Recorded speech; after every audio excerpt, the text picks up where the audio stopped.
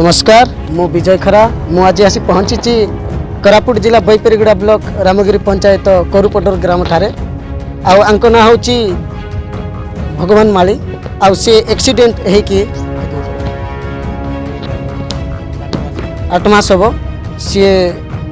बर्तमान गोटे गोड़ हर आज जाए भत्ता मिली ना जो फल कि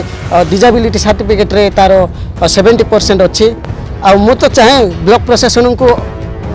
जहाँफल कि ए चलवा बुलवा बा अन्य क्षेत्र में से यातायात करने बहुत असुविधा होती तेणु ब्लॉक प्रशासन आड़ू ट्राइसाइकेल टी जगै देवाई अनुरोध रहा मु आशा करुच्ची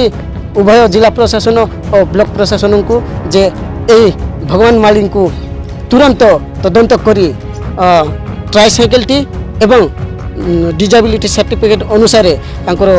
भत्ता जगै देवाई मु अनुरोध करुच्ची। नमस्कार।